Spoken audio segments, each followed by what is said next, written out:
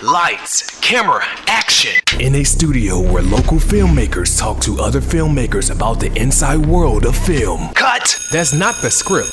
It. We'll fix it in post. Do you wonder how films are produced and what really goes on behind the scenes? Well, stand by. Filmmakers Kevin Mumphrey, Victoria V.A. Jones, and Carson Hype Ferguson explain all the details. Right here on It, We Will Fix It in Post podcast.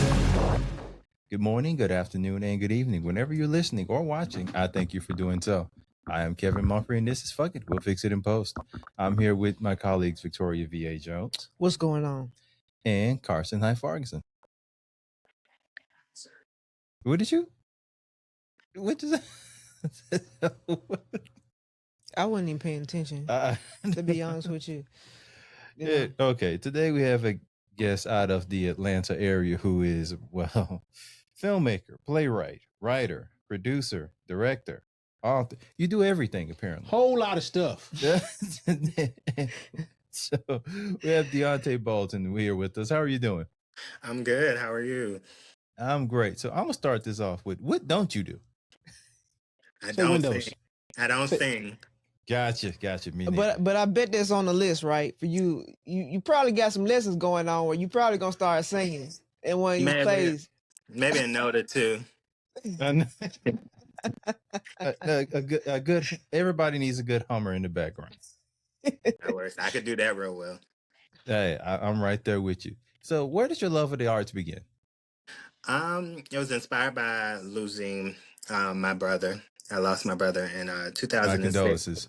Thank you. And it was a coping mechanism for me. I had got depressed. I had contemplated suicide. And, it was the gift of writing that was suggested to me to really express myself. And writing notes to my brother and writing notes to myself turned into me creating these dynamic characters and writing something that can inspire other people. When you see people are inspired by what you do, you start to realize that that's probably the calling and that's where you need to be. So that turned into writing plays and books and films and musicals and all that other stuff. My brother is definitely a great inspiration, just losing him. And just having him in my life, period, because he was part of the special needs community. So I just feel like writing is an outlet to express, myself and to bring a positive message to the world. So now you talked about writing has been a healing mechanism for you. You could kind of elaborate for like others who kind of like they'll go through situations such as you. Like, how was writing healing for you? Because you're able to hide behind characters sometimes, like even with playwriting, putting yourself into the characters. It's like a mirror sometimes because you can only write what you know and what you've experienced. So sometimes instead of a person saying it out loud, they're able to put it on paper or write on a laptop and express themselves. And it happens, you got people like Tyler Perry and other people who have expressed that as well. And, you hide yourself inside the characters because sometimes we're not really at the place where we want to just come out about what bothered us or what was going on, but we were able to put it in characters and you're still able to go through the process, if that makes sense. So is it has writing been a way of almost like helping you almost understand yourself better or even help you as a communicator? Yeah, writing has helped me to understand myself better, understand the different sides of Deonte, because a lot of times when people come to plays, it was like, well, where did you get that from? Because one character is just outrageous. And I'm like, well, that is a part of me, that is a part of, my other side, when I get angry, or you start to see yourself in different characters and realize, oh, well, maybe I need to change just a little bit because I'm just like this character, and seeing people's reactions. So yeah, I think it really makes you look within. Now, how old were you when you started writing? I started writing around 16. 16. So you remember like that were you writing like just like maybe stories, or were you just like maybe books or like stage plays? Well, my first big project was a stage play. Before then, I was writing a lot of letters to myself and I was journaling, just keeping up with my feelings and, the process of going through healing. And then I started, realizing I started thinking of characters and things like that. And I was like, it'd be nice to try this and see how it works. And that's when I ended up writing my first play, Looking for Love in All the Wrong Places. So I would say, yeah, 16 journaling, and then it went to the playwriting. So talk about that first one that you just mentioned. How did you go about writing that play? Like what sparked it in you to start that play, to write that? Yeah, so I'm very close to my mom. Shout out to my mom. And my mom has always wanted to, get remarried. My mom and dad divorced when I was 4. But my mom has just been on this single status, and she was, talking about, that she wants to find love and things like that. And it was like a journal, part of my journal of writing to my mom to be able to say, hey, mom, be patient. The right one will come. You're beautiful, but look within and learn how to love yourself, because my mom is also a victim of abuse. So as I wrote it, I was like, well, these other characters, I was like, this would be nice to just kind of write it as a place so people could see it as a visual. And characters just started coming to me. And then next thing you know, I had a whole play, and I wasn't serious about it because I was just like, okay, this is just another play I put out there. But then when I had people read it, everybody was like, yeah, you got to put this on. So 2019, that was when I decided to put on my first play, and it sold out 3 shows, and people are still talking about it to this day. So when you go and you find your actors for your plays, how do you go about finding those correct and right actors to portray these parts? Well, I start with a casting call. I put out a notice all over social media. I also do Actors Access, where I post the casting on there. And then people just submit.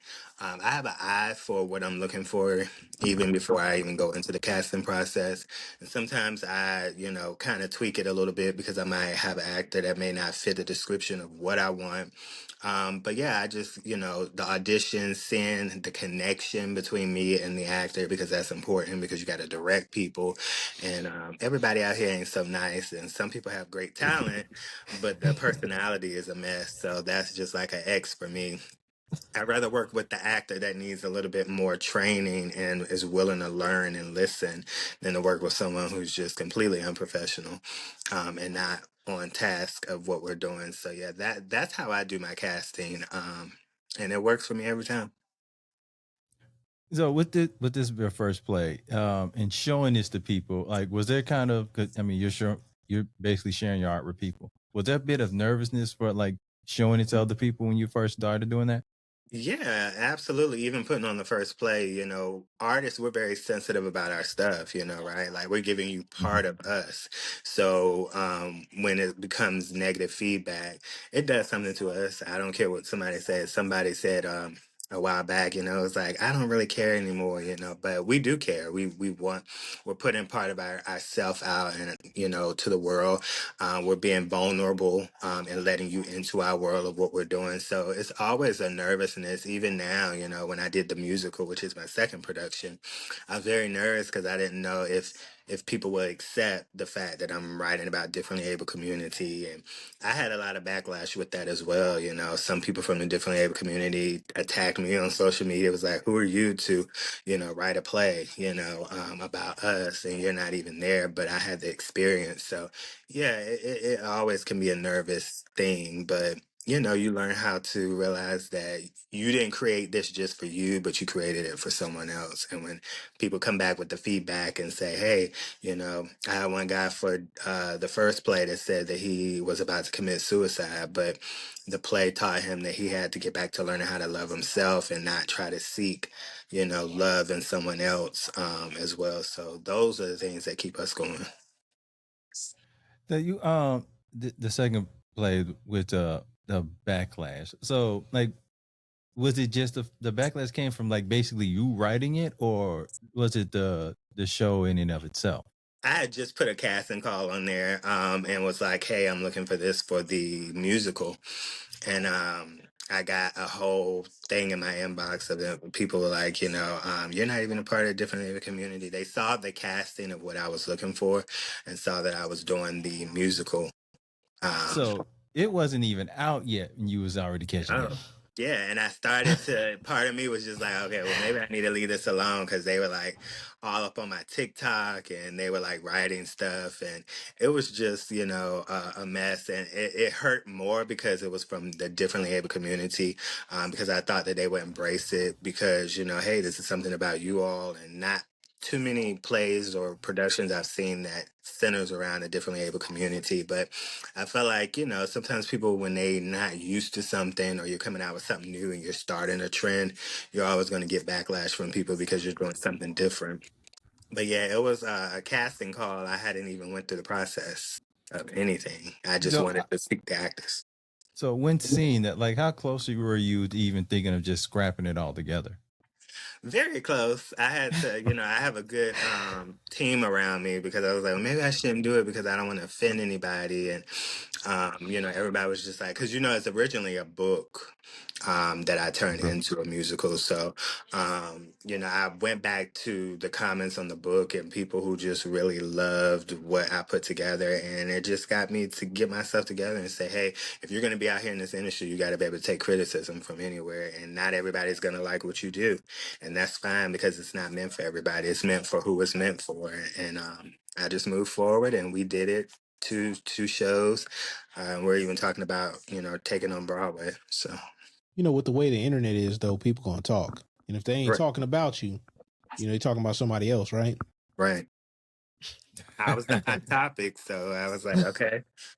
So in a sense, it was kind of like promotion for you. Yeah, and they've helped promote it because it brought more eyes to what I was doing. And there was an individual who was a part of the group that they were in, and they were watching the whole journey of me doing rehearsals and me putting it together. And, I hope that inspired them. So how long does it? My first question is what is the difference between just a play and doing a musical, right? Because there's two totally is still theater, but there's two totally different things right there. And what were the challenges for you for doing the musical, and what did you run into? Well, I started out trying to get singers. That didn't go well because my ears after the auditions, I was like, mm-mm. So we, of course, you're adding music to it, so you got to have a music director. You have more people who are involved. You got your director. I was a director. I had an assistant director. Even with a musical, you have to have extra practice because they have to learn the music. They got to learn the songs on top of learning the script.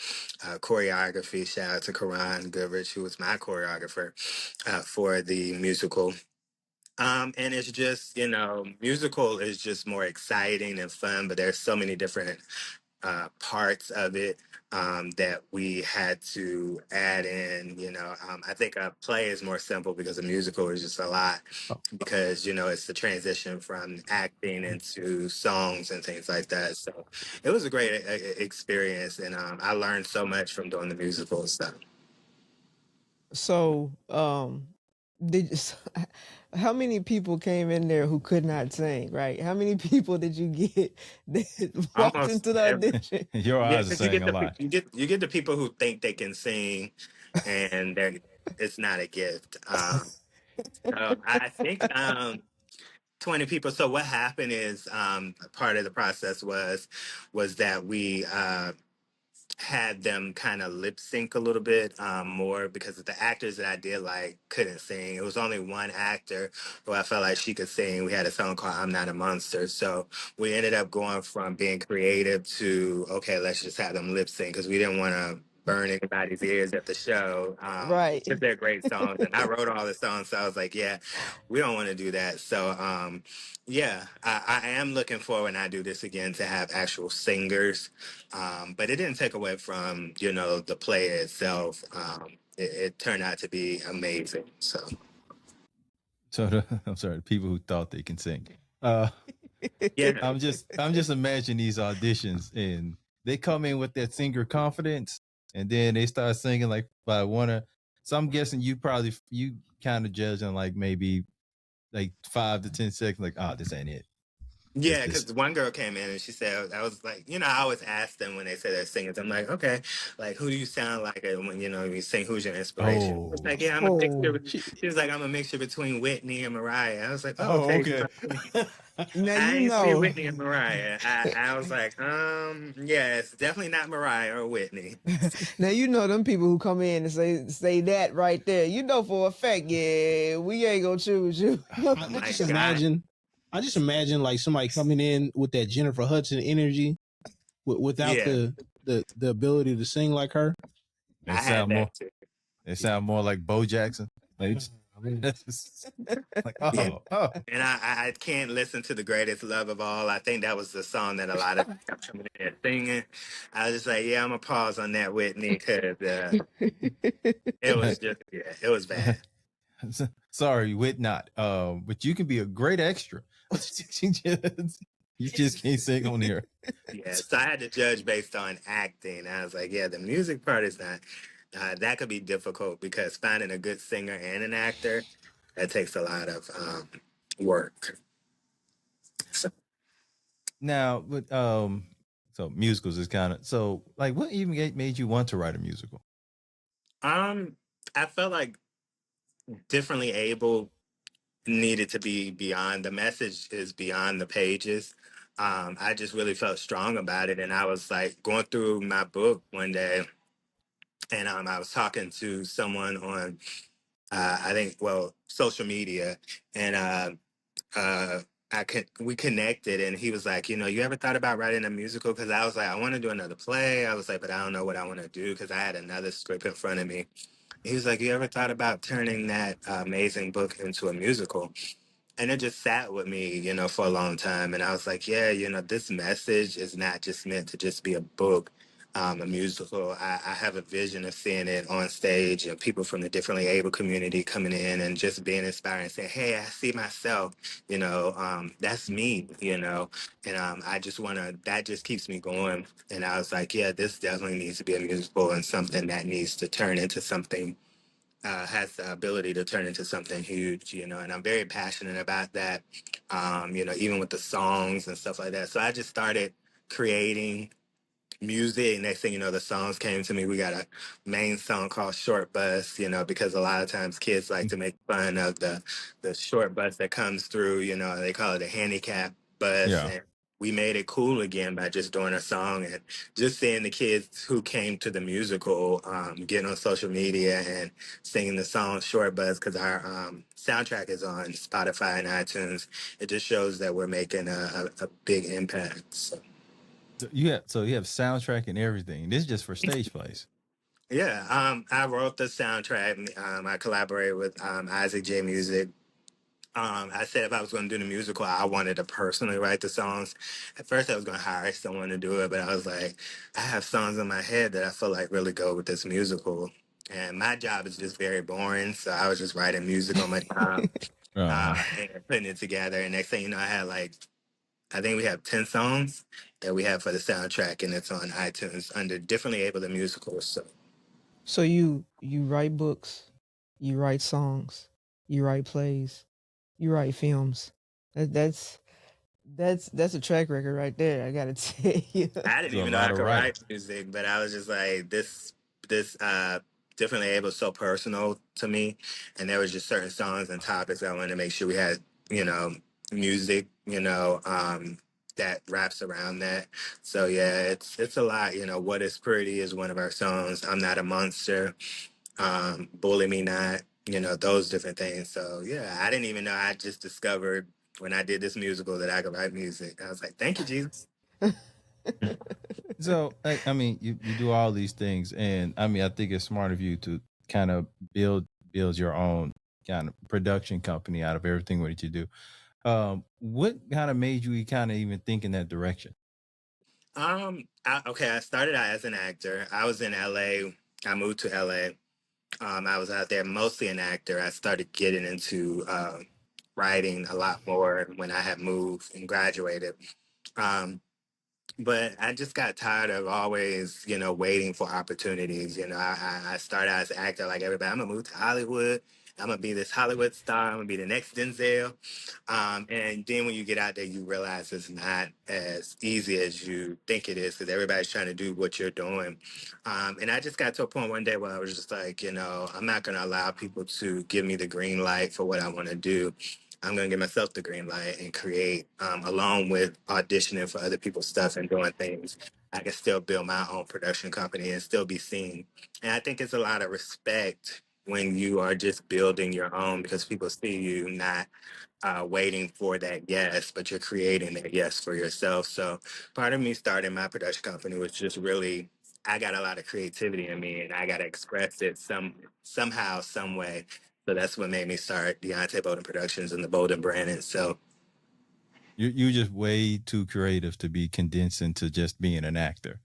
yeah, I got frustrated because I was just put into this like little box, and I'm like, no, y'all, like, I'm not in this box. There's so much more to what I do, and there's so much that God has given me that I want to put out for the world. So I just been concentrating on building that, and yeah, it's been working. And sometimes you got to make your own lane. You got to open your own doors and plow through them because, like you said, they're gonna put you in a box. They're gonna assume that, oh, this is the only thing you can do. So they've done that to me. So I just made my own way, my own That's lane. that black creatives, because I know you get it a lot. You're gonna be the next Tyler Perry. I'm like, I'm not trying to be Tyler Perry. I want to, get in my own lane and do my own thing. And I think that's what makes us all entertaining because we have our own individual, things that we do. I was inspired by you when I saw you at the award show, and your film and creativity. So yeah. Yeah. And these, tell these guys I thank them because they be acting like I don't thank them. I thank y'all when I said my speech. Y'all were in my little video too. I remember not thinking any of that, but okay. I mean, look, you try to give me stuff all the time, and I try to be humble. And I was like, and you'd be like, no, and I'm like, yes. And like, I mean, seriously, like, hey, we on a mission. I'm told my head is too big to be thanks too much, so I'll move on from just a little bit. Anyway. So in your time in LA, because you're such a creator, I just imagine you will audition for certain roles and you would read scripts, and you ever have read and go, I could have wrote this better, or this doesn't make sense, or I could have did it this way. Yeah, I do that a lot as a creative. I'll say, oh, if I did this, if I was doing this, I would have did this better. Or I would look at a script and be like, yeah, this isn't good at all. Sometimes you just sit on auditions because you fit a character and you get to read like the little synopsis of it, and then when you get to the script, I realize there's a lot of I'm gonna just say it, a lot of crap being put out there. It's Yeah, be honest. Go ahead. Yeah, it's a Speak lot your of truth, King. and even stuff that made like networks and stuff, and I'm like, what is this? And I want to be the ones to get back to making something that actually makes sense and has a great message to it. But I've auditioned for stuff and I was just trying to get work and build my resume, and I was like, why am I on this, or why am I doing it? There's certain short films I'm like, I wish they would just take that down because it was horrible. But yeah, you get that. I feel like everybody doesn't have the gift of writing, but some people just are experiencing. I think writing just has to be a gift that's given to you, because some stuff I'm like, yeah, you could have kept that in your brain. Now, how long were you in LA?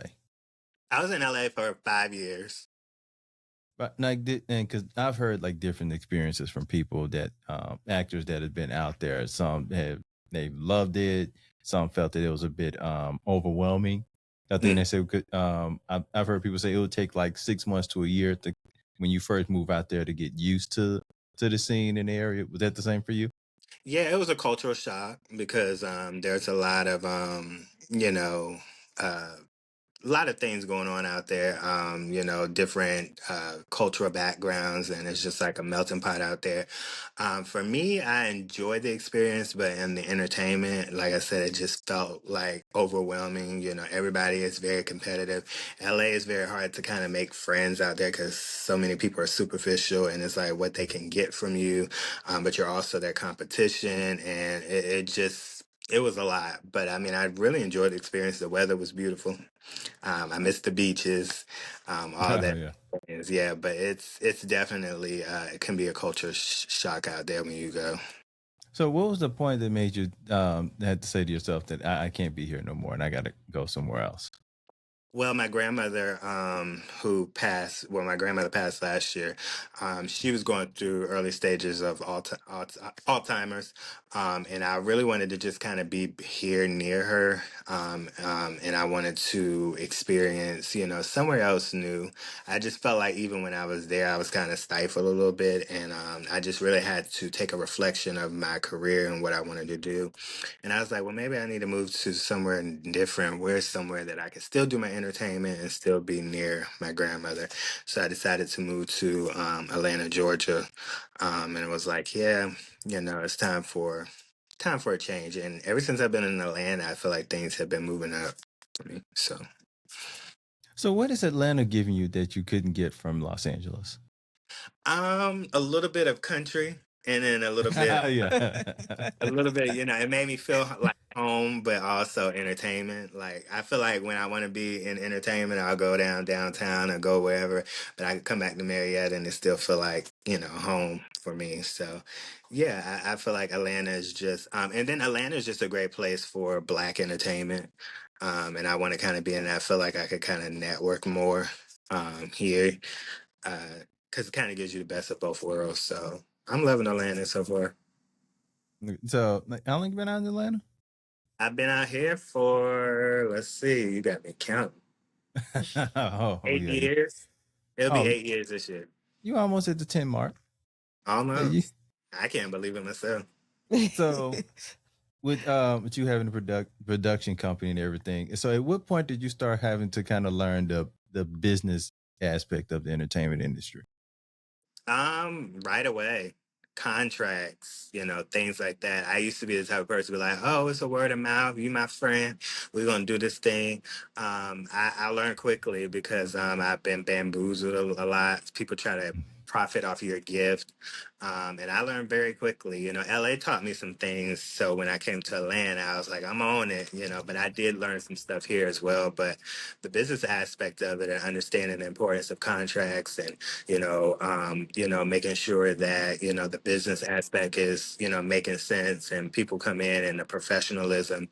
I've definitely been on that because I said, if I'm going to do something, I'm going to make sure I do it right. But yeah, that was the biggest thing for me learning because I'm such a nice person. I have a good heart. I like helping people and people try to take advantage of that. And it's like, no, God didn't give me this gift to just waste or be used, we're gonna get this in black and white before we even start the process. So Yeah, we've ran into those more than once. So definitely understand that. And I've gotten to the point where I'm just gonna be like, yeah, it's a no for me. So it might be harsh, but at the same time, this is still a business. So you have to come in with the business standpoint and let people understand that, hey, I'm a good person, but at the same time, you can't play with me, type deal. So and people are good when people are good with you, they good with you. But then when they're not good with you, then they turn into this monster.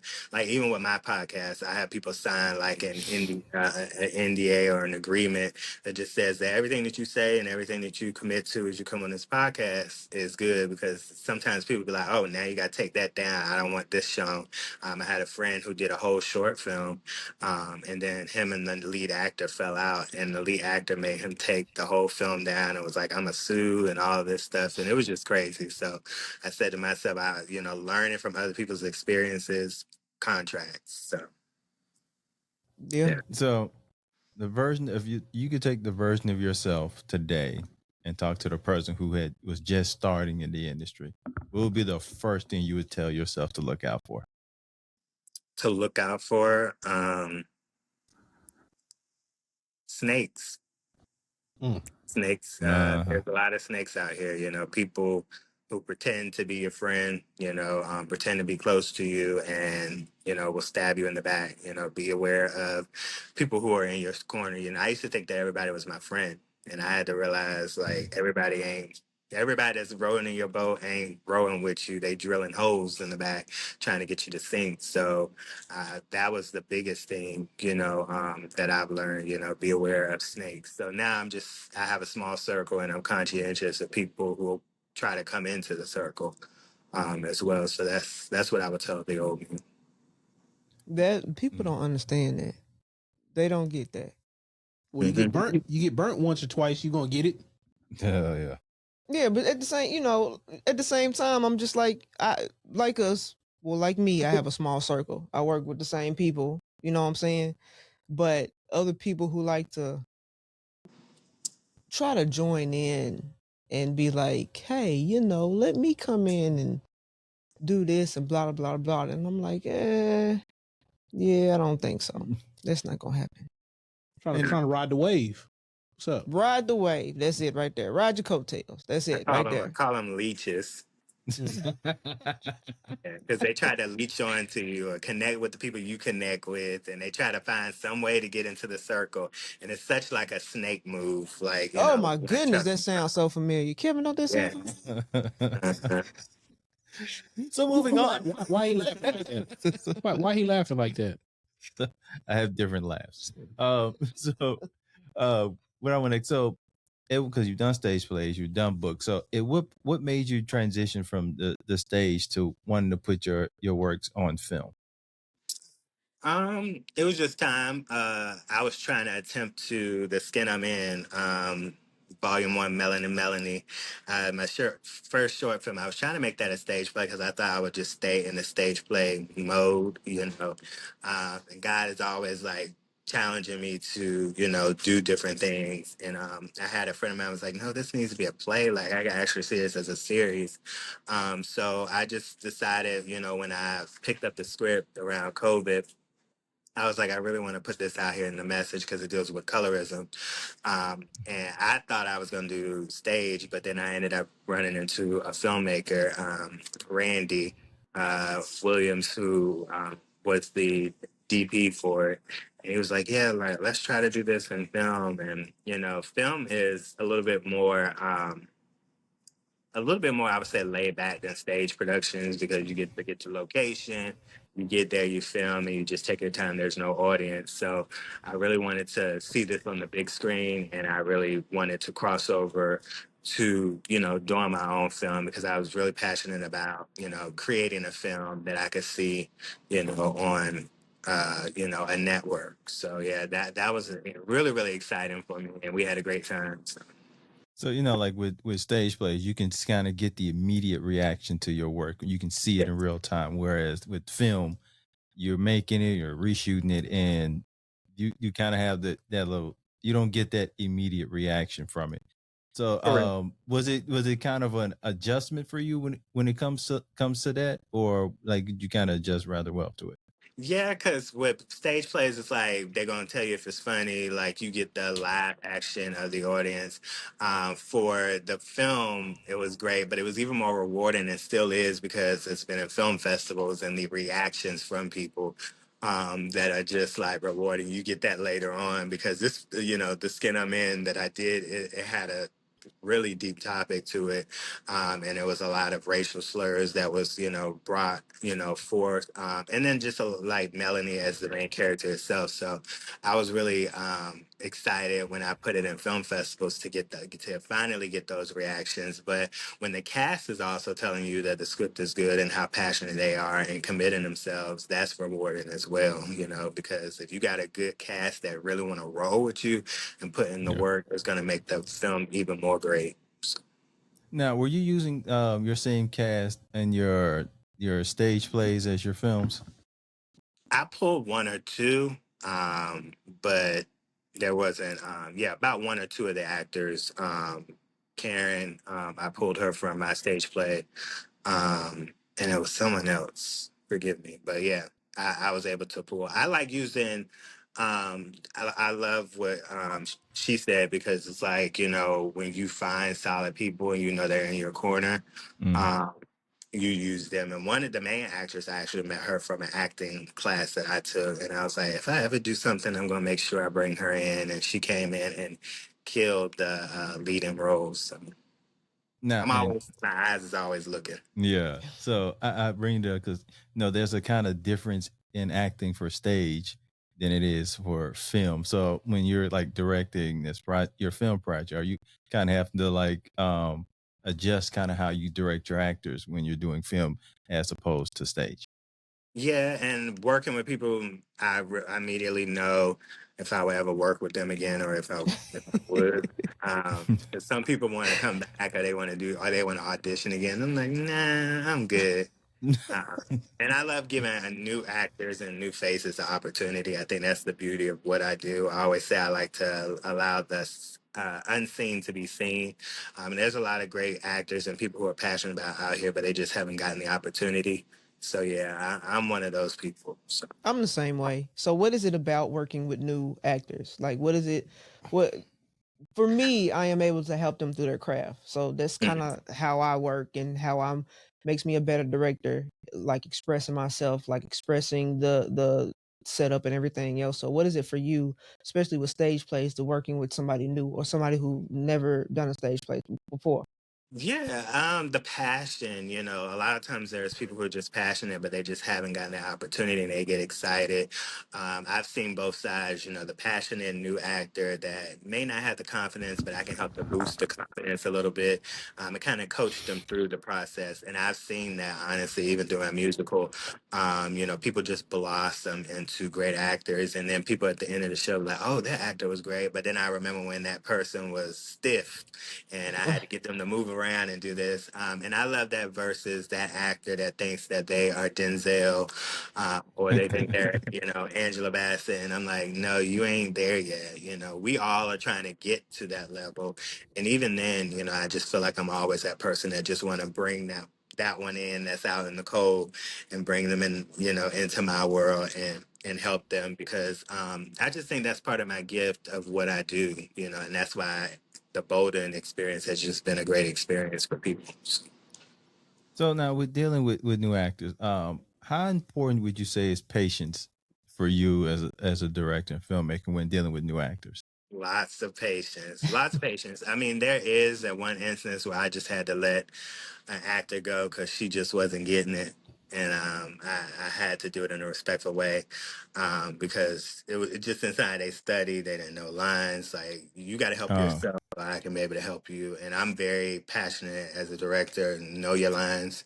I can help work with all the other stuff. But if you don't know your character, know the lines, and know the script itself, then there's very little I can do. So for me, new actors is just a lot of patience, you know, because sometimes you get people who haven't been in that world and they don't understand that you got to turn so your back is not towards the audience, and just those little things that you have to kind of, you know, help them with. Yeah, it takes a lot of patience. so I imagine like that, the back turned, and you all have like rehearsals and stuff to kind of you can nip those things in the bud. So when you're like on a film set, are you almost having to like take time out to like, okay, this is how blocking works. I need you here to here, like before you shoot. Like, how do you kind of navigate that? Yeah, I do rehearsals even for film, because some people be like, "Oh, I'm gonna just show up that day and then just do it." It's like, no, to eliminate, because film it takes money and time. You know, like, we don't have Yep. time to coach you throughout the whole day on how to Right. act. So for me, when I find an actor and I know that they need a little bit more guidance, you know, let's have rehearsals up until shoot date and let's work it out and let's meet, let's have coffee and, you know, go somewhere and rehearse. So that's how we deal even with differently able. We rehearsed, you know, because like I said, when it's time to shoot, like, it's already a long day, you know, so we don't want to be going through the scene with you 10, 11 times and doing shoots. So we just, you know, we learn, and then if it changes that's on set, then we make patience and time for that, because things happen on set as well. So Yes, they do. So with everything else you do, you have an award show? yes, the Bolden Awards. Yeah. What? You have a lot going on. Like, how do you Yeah, have time to? Well, I don't sleep neither. But how do you have time to sleep? I slept today. Uh, Yeah, the Bolden Awards, definitely something I felt like that needed to be done. You know, we're in entertainment, and a lot of times, we're nominated for awards or we are awarded in certain places. And I notice that sometimes when we go to those type of events, I start not to like going because there's so much uppity people and people who think that they're better, and it's just that Hollywood type of thing. And I wanted to just create an atmosphere that was just different, where we actually can celebrate the unseen and allow them to be seen. I'm very passionate about the differently able community, but I'm more passionate about people's stories of overcoming. And it's the award show that's, about award and honoring those who've overcome obstacles and adversities while achieving excellence. So not only are we awarding you for the great things that you do, but also the story behind what you do to get to where you are now. And we did it in 2023. It was packed. People, are still talking about it to this day, and we are gearing up to do it in less than 3 weeks. Oh, okay. May the 23rd. We're going to be doing it here in Atlanta, and it's going to be like a Nigerian type of theme because we wanted to switch it up a little bit from last time, and it's just incredible. I love the experience. I love the process. It's a lot put into a award show, but it's rewarding when people get awarded that night and are celebrated for their boldness. So where boldness meets greatness. So again, you said it and a process and a lot. So kind of expand on that. Like, what all goes into putting the Bolden Awards together? I'm having a solid team, people who believe in the vision with you, understanding the theme of where you want to go and why people should come, getting the honorees together, which has gave me a couple of gray hairs because dealing with people sometimes and different personalities and how people approach things, sometimes it could be very overwhelming, and just putting it together in itself, it's a lot of work, but it's rewarding when you have great people on your side. And my team, will shout out to the Bolden committee. It's a lot of time consuming because I got to get on and do meetings. I got to meet with the honorees, make sure everybody's good, everybody got to be on the same page. Then we got to do rehearsals. So it's a lot because you got to rehearse for a award show too, because I look at it as a production. So people need to know how to get up on stage and how to get off. So we're just doing it all over here, but it's going to be exciting and looking forward to those who are going to come out and experience it. And if you ain't there, I'm going to feel sorry for you. It's going to be great. We got some great performances, speakers, honorees. So how long does it take to put all of this together? The award show? Yes. I started the process for this one in February of last year. So I would say almost a year because there's so much preparation that goes behind it. People just think that when they come to the award show, oh, this is great, you put on an award show. But it's like, it took a lot of preparation. Like I was on calls and I was, putting this together and the vision, way before, almost a year before we actually putting it on now. So, yeah. I think it's amazing that it takes practically a year to set up one night. Yeah. Yeah. That sounds about right. That's now, are you streaming this or is it being? We're gonna record it. There probably will be some people getting on social media to do it, but we are actually recording it because we want to use it for promotional purposes for when we do it the next time. Okay, so so y'all shooting it. So I'm guessing like you rehearsed the shooting, you kind of like camera angles and all that. So how long it took for you all to kind of navigate and work that? About the same time, because I actually have a guy, Innovative ATO. He's going to be my camera guy. So most of his work is going to be done as we do the rehearsals closer to the show. So he can kind of know, oh, well, this is what's going to happen. But we discussed it and we kind of sat down and went through how everything will be, for him. So it could be easy for him. So he knows where he needs to be at whatever time of the shoot. On the award show day. So it took, I would say me and him have been working together for relatively about 6 months. So, and with shows like this, I'm guessing like it's not necessarily scripted, but you kind of have an outline because there's not much for something like this you want to leave to chance. Right, and that's the important thing because, like I said, people look at it as, oh yeah, you about to do an award show. That's just going to be a couple of days, and then you do the award show. It's preparation. You have to, like, we have like even with my host, they have a cue cards like a script, so they can know where they're going to be, where we are in an award show, and who's coming up next. You got to make sure that the presenters know when they're going to be coming up on the award show.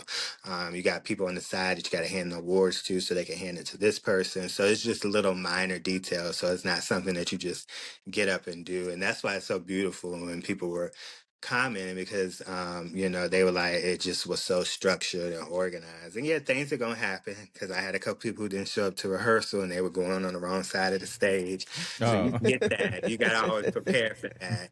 So that's why you should have been in rehearsal. But overall, it flows when when you're organized and you really have, and it shows the passion behind what you do. 'Cause sometimes people put on award shows in Atlanta, and it's just like you just think of this like 2 hours ago, but people could tell when you put like detail into what you do and you're passionate because they come and they have an experience. So I want people to have an experience, not just say they went to an award show, but leave feeling like they were part of an experience. You said so. Somebody told me this a while ago. Like, yeah, so like these live events, they're not so random. If it were random, you would tell they were random because it would look horrible. If it was incredibly random and left to chance, it would look like a mess. So I could appreciate the structure now, and I'm guessing you also structured this for time's sake because you kind of wanted as concise to a time frame in which you have as possible. Yes. So yeah, I just got off the call yesterday with my honorees, and we have time limits on things like, your speech is 2 minutes, and we love you, but we want you to, say what you gotta say, thank mama, daddy, your baby daddy, or whatever, and get off the stage, because sometimes, people want to go on, and we want to stay on a time track, because people get bored quickly. If you're just up there rambling for 15 minutes because you got an award, and people are like, I'm hungry. What's going on? What's on TikTok? And I want to keep your attention. So we have time structures for performances, speakers. We're very strategic on time, on starting on time, because I don't believe in CP time. I believe if you say you start at 6 o'clock, you need to start at 6 o'clock. I need to see somebody on the stage, doing something. And just all of that, I take that in consideration because I know what it's like to go in an event and it just seemed like it's just not well thrown together, things like that. And I love my mom, but I said, Mom, if you come to the award show late, you're just gonna miss the first half. I had someone who was waiting for their mom to get to the show before they start, and the mom was like an hour late. So yeah, it's just those things. Oh, I was. God dang. Can I say I was pissed? I was like, yeah, you're fine. Yeah, he was like, I'm not gonna start until my mama get in the seat, and I'm like, and I already warned mom. I said, Mom, I'm gonna be doing a lot of things, and I love you. You get front row seat, but I will start without you. So are you gonna play so if the honorees go over, you gonna play the music? Like yeah, we have like we're gonna have like a little Nigerian music, okay, I can dance off the stage. And my Shalicia, who's my stage manager, she's very good with that, so I don't even have to worry about that because she's gonna be like, bless your heart, okay, get your award, let's go. I like the idea of Nigerian music playing while they're speaking. Oh, okay, it's time for me to go. Okay, yeah, I can go and dance on up out of here. I don't think they're gonna be dancing off the stage. Some people might just talk over the music, you know what I'm saying? Yeah, well, we'll be up there, thank you, turn the mic off. Look, the music go up, then the mic get lower, and then it go off. It's time to go. I just see him coming up to the stage. All right, bro. Hey, thank you. Yeah, we got a next one. Come on up. Thanks. You can go and get on off now. That was such and such. Yeah, you got to keep it moving. I said 2 minutes. Let's go. So I tell them to practice their speeches so it helps, so it helps the flow. You know what I mean? So like you're basically a ball of creativity. So with everything you do, is there any other endeavors you are wanting to try? I don't know. I mean, I'm very into painting, but I don't know. I'm not good at drawing. You say that, but I'm pretty sure you could probably sell some of that stuff you done painted or drew for a good chunk of money. Maybe, I do stick figures. But yeah, that's one thing. I did say I wanted to do podcasts, and I ended up starting that last year, the Bolden Experience podcast. We're on hiatus right now because I'm focused on the award show. But yeah, I want to get more into like hosting, and podcasts, and kind of take off with that and see how that goes. I've been inspired by even the first few episodes that we've done. So yeah, I think I just want to explore that a little bit more. Yeah, keep going is what I can say. Yeah, you figure out the rough parts while you're doing it. So that's how we got to where we are. So yeah, it's challenging because you got to keep up with people, make sure people are on their cues and showing up and all that stuff. But it's been a great journey. I've had my own experiences with it, but it's fun overall. I tell you what, you must have some patience, because dealing with that many people and trying to keep them organized, it's like cats on leashes. I'm trying to like, once this show is over with, do you give yourself like maybe a few days break or take a vacation, or is something to just, I don't know, woo-saw or something? Already planning a vacation, yeah. And on top of that, it's my birthday week that the show is doing. So yeah, I have to reward myself. But yeah, I definitely do. I already plan like to take some, time off months. Sometimes I can't take too long because then I start getting creative again in my head. But I got to learn how to turn it off. But yeah, I'm definitely, that's probably like the biggest thing I'm going to be doing this year, moving into, the next year. Because you got to give yourself mental break. Yeah, we're creative. Yeah. But sometimes we got to know how to step back from the creativity, rest, and be inspired again on what the next move will be. So definitely in the cards. So do you like when you're planning this show and everything, are you working on like film or even a stage project as well? Why are you doing it, or are you specifically focus on the award show at that time? As far as executing it, only one thing at a time, because I feel like you have to give, your undivided attention to what you're doing, because there's a lot of people out here who want to do multiple things and they don't do it great. So for me, like the Bolden Awards is like my focus. Sometimes I do get inspiration and start thinking about an idea or a concept or a script, and I'll write it down. But I don't really get into it until I'm finished with what it is I'm supposed to be doing, and executing that well. So that's how I operate. I try not to do multiple things at the same time. So like when you're working on a show and you kind of have an idea, do you almost fear like, oh, I got to write this down or something, or as Michael Jackson said, God may give the ideas to Prince or something like that? Yeah, I definitely I use my phone and my notes, because a lot of times the idea will come, and then if you wait too long to write it down, you forget what it was. And I've had my moments where I had good stuff in my head, and then I was trying to do something else and I didn't really write it down. And then I got mad because I got home and I was like, shoot, I was like, what was that idea? And I try to like pull it back up in my head and it doesn't. So I always tell people, even writers, as I, I'm easing into workshops and helping other creatives, I let them know, like, write it down, like, right there. You can always come back to it, but at least you still have the idea there and you can work and navigate from that. So you do workshops as well? Yeah, we got an actual workshop that's attached to the award show. So on the 21st, leading up to the award show, I have a Bolding Your Story workshop where I'm actually teaching creatives how to build their brands from their stories. Like I built my whole brand based off the fact that I lost my brother. So other people are inspired by that. So I was like, let me do a workshop where I got a few people who I can help, because some people know what they want to do, but they just don't know how to navigate and how to actually build from it. And that's what we're going to learn at the workshop. So now you mentioned building a brand.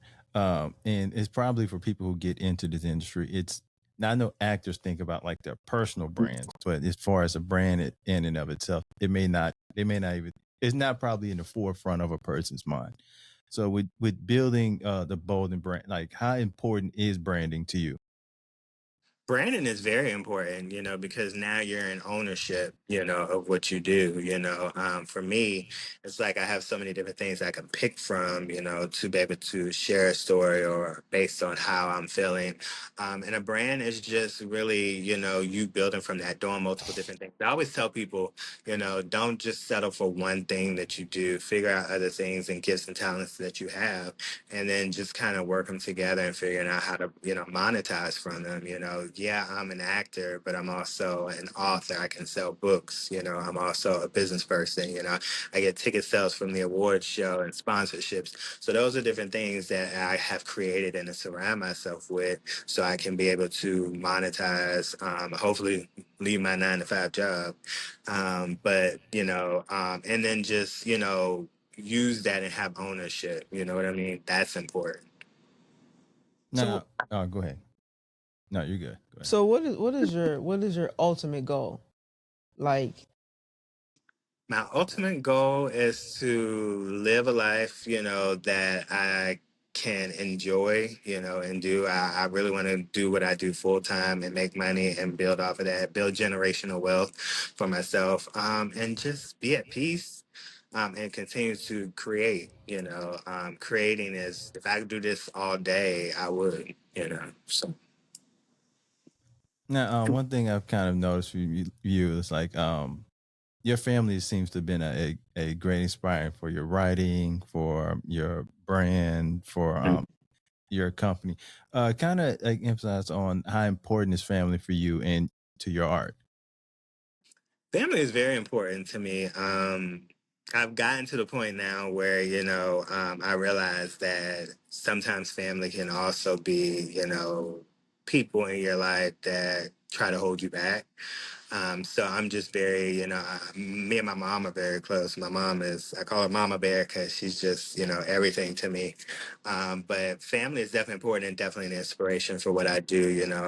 When my grandmother passed, last year, that was definitely a devastating thing for me as well. But family is definitely something, I'm into also creating my own family one day as well, and continuing to pass on the legacy of the Bolden legacy. So for me, it's a little bit of both, because I think sometimes family see you for who you were and not for who you are, and who you're becoming. So for me, it's just, you got to distance yourself from those type of people, but still love the ones, still love all of them, but keep certain people in your circle. So, and my mom is just very supportive of everything I do. So. or at a distance, keep certain family members at a distance, Yes, because I've learned. it ain't easy, and they some But if people they're think you not, got it better than they be trying to put they foot in where it don't need to be. So yeah, and if they're not beneficial to where you're going, you got to learn how to love them from a distance. I love you, text message every now and then, but I don't have to be close to you, So yeah. I always say those people can watch me on Facebook or on YouTube. They ain't got to see me. But I mean, you said like your mother very close. She obviously is supportive of what you do. It's like I was just go for like other family members. Have they been supportive, or like how's that been? No. I Thank I you for have your maybe honesty. like when I did my first book, I had like one family member like buy it. But yeah, I think, you know, I have those type of relatives that rather go and spend $500 on Beyonce tickets, but not, come and see like one of my stage productions. We just have that, and I think a lot of people who are in the creative field can understand that. Everybody doesn't understand the journey of where you're going because they don't take it seriously, or they feel like you're wasting your time. But not realizing that God gives us all different lanes. So I don't really have that support. Like my award show, like my mom is probably going to be the only family in there. I do have a couple of uncles that may come, who are my mom's brothers that my mom, she likes to push what I do. But yeah, I don't really have that support from family. So, I feel like friends have turned into family for me, and that's the journey. So at this point in your career, have you had as I say, those new cousins that suddenly pop up? I have a lot of people on social media be like, "Hey, cuz," and Bolden, because we got the same last name, and I'm like, I don't We know you. Bolden They're like, together. Like, no. yeah, and it's like, oh, the Bolden Awards is created because of me, and I'm like, Oh no, it's not. wow. Oh, Yeah, and they that's like a live new in, one. yeah, they live like in Louisiana, and I'm like, where are you just coming from? I don't know nobody in Louisiana, so yeah, you get that. That is wild. I mean, I've had that before. You know, when we had the film that come out on Amazon Prime, I had new cousins that I didn't know I was related to, and I'm just like, okay, that I don't. What do you want from me? Like, what is it? They A quick to say, check. "What up, cuz?" I'm like, who are you? Like, Who are you? I've never met you before in my life. Like, what's going on? They said, they cut the do. check. Cut the check, VA. Greetings, relative. They do pop up, especially when you start to become like popular and getting views, and you know a lot of the search engine is on you, and then suddenly it's like, "Hey, what up, cuz?" And I'm like, "I ain't never met you a day in my life." Oh God, what is it was an interview with, on Breakfast Club, and it was a comedian. He was like, who these niggas? That's how I would treat them. Who these niggas? Don't know y'all. I got one the other day. Oh, you got one today? I got one the other day. Yeah, they were like they had their last name Bolden, and it was just like, "Do you remember me?" And I was like, "No," and they never wrote me back. So, So if any other Boldens are watching this, you may not be that Bolden, so don't get too bold in his DMs. So, there's other Boldens out there.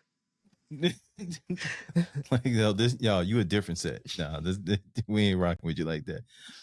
Now let's wrap this up. What again, you got the awards in a few weeks. What other stuff are you kind of got in the pipe outside of a vacation, of course? Yeah, so we have Bolden magazine. I started that in 2023 as well after the award show. I wanted to keep the essence of honoring people and what they do. I took a break because I'm actually trying to revamp it and do some more things with it. So that'll probably be coming out later this year. The Bolden Experience podcast, which I'm really super, super excited about continuing and bringing some honorees on and talking about the experience. And then, of course, I'm going to have another short film that I'm going to start working on. I haven't decided, but I'm leaning more towards a short film called Essence that I wrote. So those are things that I'm looking forward to coming up. And just, more supporting others and inspiration and all that good stuff. So I have quite a few things in the works. You have a busy lineup right there. I tell you that much. Yeah. Yeah, but no, keep working. You know what I'm saying? I've been watching you for a minute, and you are doing your thing, and that is awesome. It really is. I'm proud of you too. We got to collaborate or meet up or something. Hey, listen, I wanted to come in person where you were to get on here. I was like, I just love. Hey, if you want me on the podcast, any of these guys on the podcast, I will drag them down there. But I will come down there. I promise you. Yeah, let's make it happen. I'm gonna definitely keep you on the books for my next guest for the next season. So. Most definitely. So, how often do people compare you to Tyler Perry? All the time. And he just did. You know that. Well, no. So honestly, no. I mean, you're basically an entire media company. I was about to say you're Oprah and Tyler in one. I'll take it. I mean, there's no stretch of media you haven't, or is there? Is there any stretch of media or entertainment? You got a newspaper? I know you got a magazine, but do you have... No, not a newspaper. I want to get behind the camera more, but I just got to build my confidence for it because I was going to start filming my own stuff. But I just want to make sure that when it's done and I'm bringing actors and people in, that it's done professionally. But that's something I want to explore. So I'm always kind of like watching the DP and seeing how they move. But yeah, if you're a black man and you got glasses and all that, you're gonna be compared to Tyler Perry, especially if you're black. Period. And you're right. And I was like, you the next Tyler Perry. Contact Tyler Perry. He'll get you on. And I'm like, okay. So that is how the thing is, how come I can't put my own self on, right? How come I can't just do what I'm doing and put myself in that position? Why I gotta contact somebody else or go holler at them or go be, go get on their set. You know what I'm saying? I think because me and Victoria kind of had this mindset, and I feel like you probably had it as well. It seemed like everything changed for us when we started going, we'll do it ourselves. Like our trajectory just got like we've done things that I'm surprised that we've done. And yet, instead of just waiting on another person to get it done or waiting on somebody else to hire us to do it, just say, we'll do it ourselves. And we've kind of risen, like she's won awards from it. She's done films, documentaries from I'll just do it myself. When we got tired of waiting on people, our trajectory went up from there. Yeah, I definitely couldn't agree with that because people let you down. People will tell you that they're going to do stuff, or I'm going to hook you up with this person, or I can help you with this. And then they find a way to just disappoint you. And one of my friends was like, yeah, you got to stop doing that. You got to just open yourself up to people. And I'm like, when people prove themselves to be trustworthy, then that's when I can let down my guard, But until then, I'm just like, I'll get it done if, nobody else do it, because you just get tired of the letdown sometimes from people. And it's just like, I'll just get it done and make it work. And it's worked for me. So Right. I've been I will say double crossed. That's a good word right there.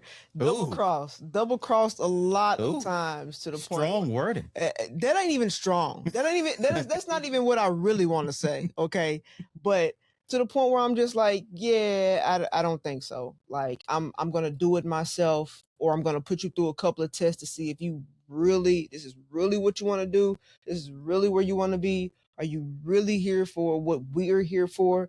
And if you're not, then you can't be a part of this. Because, it's people who want to ride your coattails. And then now it's kind of like, for me, they see me actually doing the things that I said I was going to do. They see the team actually doing things that we said that we're going to do. And then now they want to come in, chime in, tell me what to do, tell me how to do things. I got people who've never done a film before, who's never directed a film before, and they try to tell me how to direct a film. Tell me what I need to put in it. Tell me how it needs to go. I'm like, when did you become an expert? Look, I can tell you firsthand. I had somebody I used to work with. He came up to me. He's like, hey, I heard you do movies. I was like, I work on productions. He's like, well, we can do a movie. And I was like, we ain't doing nothing. Because I already know what it is, because I knew how to do it operated. It was going to be me shouldering the load and him trying to like take a break or something. Because that's what he do at work. Oh no.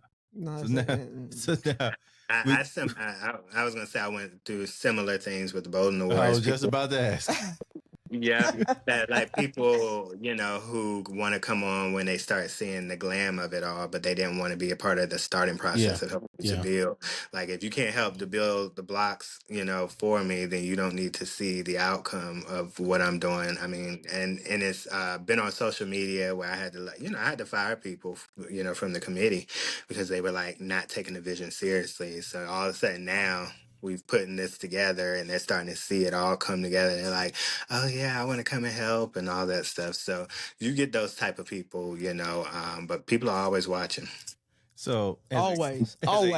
As a guy who basically does everything, do you have people that come around and try to tell you how to do something? Yeah. And I let them, I sit there and just listen. I'm very like studying people. And I know how to categorize and put people where they're supposed to be. But yeah, you get those people. You get actors that try to come on set and try to direct your project, and I'm like, wait a minute, like stay in the act. Like I got this. Like I like suggestions because I'm always open to people because there has been moments where people have guided me in the right way and I looked at something differently. But yeah, you get that. We need to change this and we need to change that. That's a pet peeve of mine. So how do you nip that in the bud? you handle it when it happens right then and there and let them know, look, I need you to stay in your lane. I used to be the type of person that used to be scared to say stuff because I was like, oh, well, I don't want them to drop out, or and then you hold it in, and then next thing you know, you burst when it's time to say what you got to say. But I respectfully let people know. I try to address stuff when it happens so we not forgetting what happened. So yeah. You better than me, cause I've cussed people out on set before. She gets boldened on these folks. Yeah, some people make you want to go there. I try to keep it professional because people are always like, always watching you. But yeah, I believe in addressing stuff and asserting yourself, when it's time. Because I look at it as a team effort. I don't want my cast to just see me as the director, when we're working together, but as partnership, and working together. Because I don't like to like throw my authority, but when I need to assert myself, I'll let you know whose production it is. So I like that. yeah. That's a good one right there. Now, as a guy who does as much as you do and is basically carving your own lane for yourself, who are you inspired by? I'm inspired by, of course, my mom. I'm inspired by, I love the Tyler Perry's, the Ryan Coogler's, inspire, different things, kind of inspire me. There's people who I work with that inspire me, with their work ethic. I'm inspired by, we said the Oprah Winfrey's, people who are of color who have built a brand for themselves. I'm inspired by all of that. I love the Denzels and, yeah, just different people. I can go on and on about who I'm inspired by because I'm inspired by different things from different people. So, yeah. So finally, I wanted to wrap this up and ask you, when it's all said and done, what would you like for your legacy to be? My legacy to be is to, I think I said it on here enough, two things. One, that I've been able to shine light on people who haven't, got the recognition that they deserve, the unseen, and allow them to be seen. I also want people to say that I am a man of boldness. I was never afraid to put myself out there or, create or, share stories. I've been open and transparent about mine. So, allowing people to understand and remove the fear of not wanting to share their stories and testimonies, pushing people to that level. And if I've done that, I feel like I've accomplished my legacy, a bold legacy. Now, bold legacy, I like the sound of that. I think we're going to end it there. I want to thank you for taking time out to talk to us today. It has been very insightful and entertaining. Thank you. I appreciate you all for having me, and we definitely will connect so y'all can come on the Bolden experience. Absolutely. I would love that. Once again, Kevin Monfrey with my colleagues, Victoria V.A. Jones. What's going on? And Karsten Ferguson. And that is a wrap.